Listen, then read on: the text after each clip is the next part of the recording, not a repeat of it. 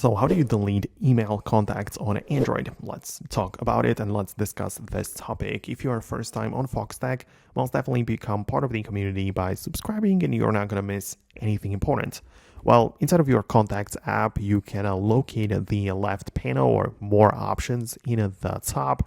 Go to manage contacts where you have full control over your situation. And at the bottom, we have the sync contacts, which you can tap on, and it's a place to manage these email contacts which you are referring to. So you can disable all of the accounts which you want, right? You can turn it off completely and you'll make sure that only local contacts stored on the phone will be visible inside of the app. So that would work out for me. That's using, of course, the built-in contacts app in a Samsung in my case, but as I mentioned in one of my videos, I also like to use the Gmail or Google Contacts app, which you can download from the App Store. So it's from Google, you can download it for free.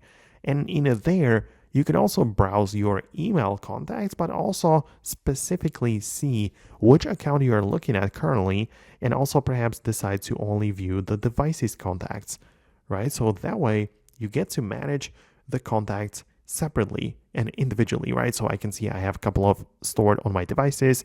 I have some on my account. I have on like more accounts which have 0 contacts. And that way I have full control over which is which.